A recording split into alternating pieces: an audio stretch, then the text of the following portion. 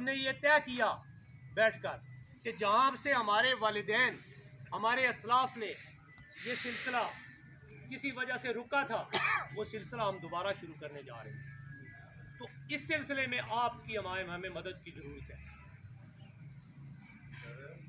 तो मैं ये उम्मीद रखता हूँ कि इंशाअल्लाह ताला आप हमारी जिस तरह साबका दौर में हमारे वालिदैन की, हमारे आबा अजदाद की मदद करते रहे, उनका साथ देते रहे, इस बार फिर एक बार हमारा साथ देंगे।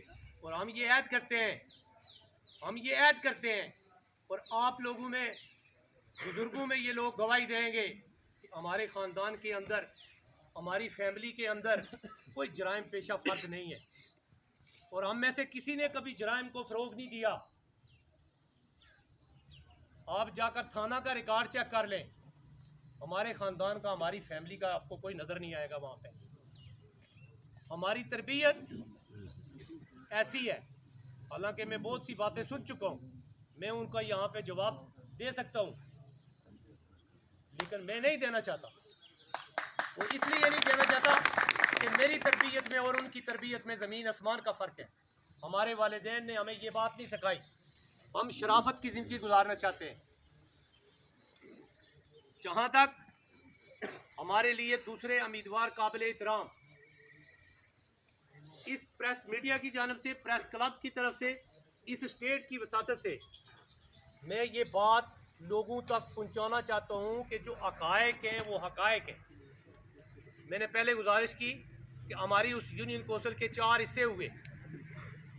एक टाउन कमेटी है, उसकी 2 वार्ड हैं और मेरे भाई जो है वो टाउन कमेटी में है।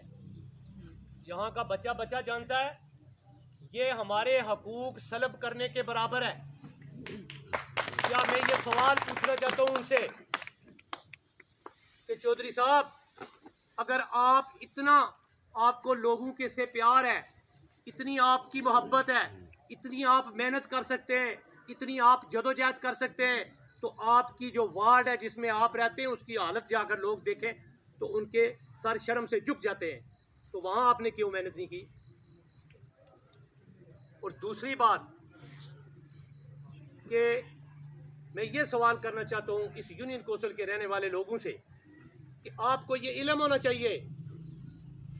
मैं दावे से कह सकता हूँ कि मेरी यूनियन कौंसिल के लोग बाशऊर हैं, जीते जागते हैं, ये सोए हुए नहीं हैं कि ये कहेंगे कि एक टाउन कमेटी से या दूसरी यूनियन कौंसिल से शख्स आकर हमारी यूनियन कौंसिल पर डाका डाले, कभी नहीं होगा। मैं अगर आपको गुजारिश करना चाहूँ, जहाँ तक हमारा तल्लक है, मैं ये गुजारिश करूँ कि बुनागुड़ा, खोड़ी, गड़ाट, फरंदा, थाती, पैला, पाड़शाला, बाटा खेतर, ठीक है, चाई, पिंड, घराली, गाई, छवा, पाड़शाला, दूसरे जो उम्मीदवार हैं आप उनसे भी पूछ लें।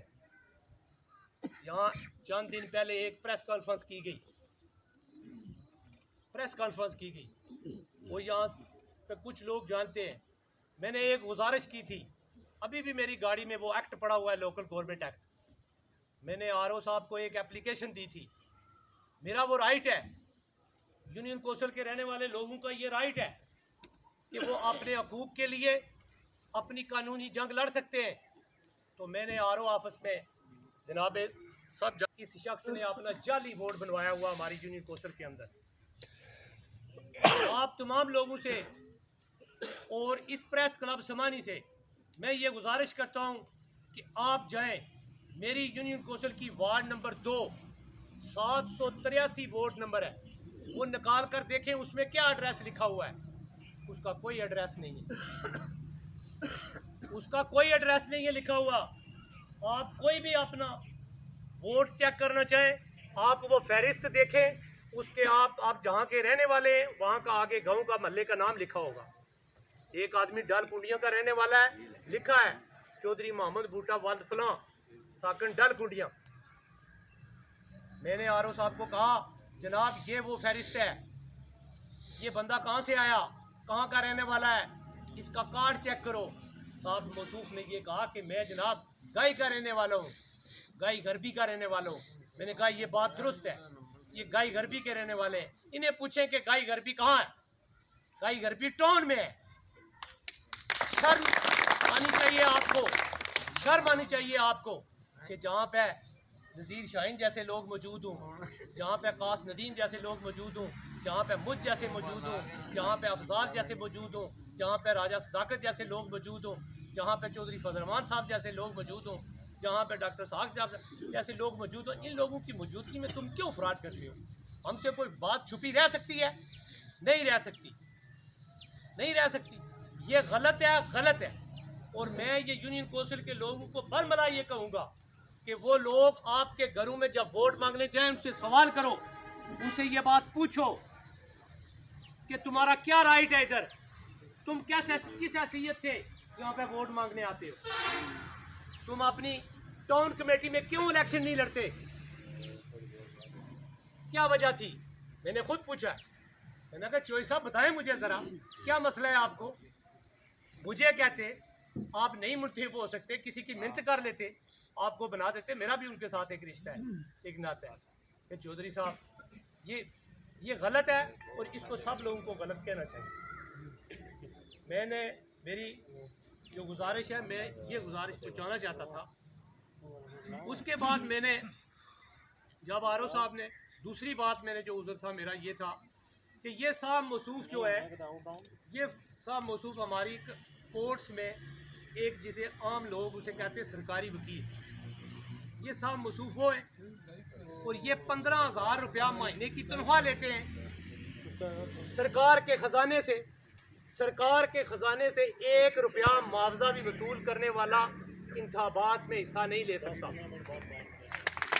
और इखलाकी तौर पर भी, कानूनी तौर पर भी उसको ऐसा नहीं करना चाहिए। और फिर आगे क्या हुआ, मैं तो वो शख्स हूँ, मैं आपको बताने वाला हूँ, मैं तो रिश्तों की कदर करता हूँ, इज़्ज़त करता हूँ, एहतराम करता हूँ। फिर क्या हुआ, फिर मैंने जब मेरी बात यहाँ ना सुनी गई तो मैं DRO साहब के पास चला गया। मैंने DRO साहब के पास जो है अपनी एप्लीकेशन जो है उसकी अपील जब दायर की, तो दूसरे दिन जो जब समाअत के लिए बुलाया गया मेरे भाई को, वो मेरे बड़े भाई हैं, जब बुलाया गया तो उनसे पहले मैं वहाँ पे मौजूद था। मैंने कहा जी उनका वेट कर लें, वो अभी नहीं आए। थोड़ी देर के बाद वो आ गए, जब आए मैं ख़ुद उनको साथ लेकर गया। मैं कहा ये तशरीफ़ ले आए तो आप हमें सुन लें। जब उन्होंने मुझे कहा कि आपका क्या उज़र है इस पर, मैंने कहा जी मेरे 2 ही उज़र हैं। मैंने कहा जी 2 ही उज़र हैं, ये उज़र हैं, इनका ये जवाब दे दें, उसके बाद मैं कानूनी बात का जवाब दूँगा। जब मेरे भाई ने उसका जवाब क्या दिया, मेरे भाई ने कहा जी इम्तियाज़ साहब जो है वो रिश्ते में मेरी वाइफ जो है इनकी बहन है।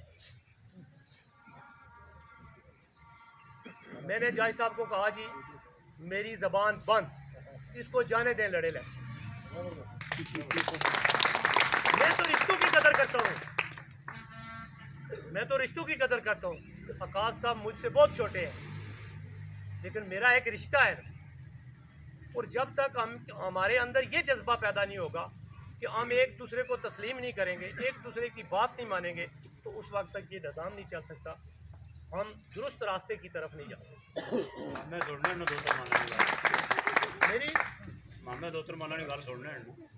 मेरी गुजारिश ये है, मेरी गुजारिश ये है सर, मेरी गुजारिश ये है कि मैं प्रेस क्लब के ज़रिए अपनी यूनियन कौंसिल में रहने वाले लोगों को ये पैगाम पहुंचाना चाहता हूँ कि आप इंसाफ करें। जब आप पोलिंग स्टेशन के अंदर जाएंगे, पोलिंग स्टेशन के अंदर जाएंगे, एक आप होंगे, एक ऊपर रब देख रहा होगा कि आपने इंसाफ किया कि नहीं किया। जो आपके वोट का हकदार है उसको आप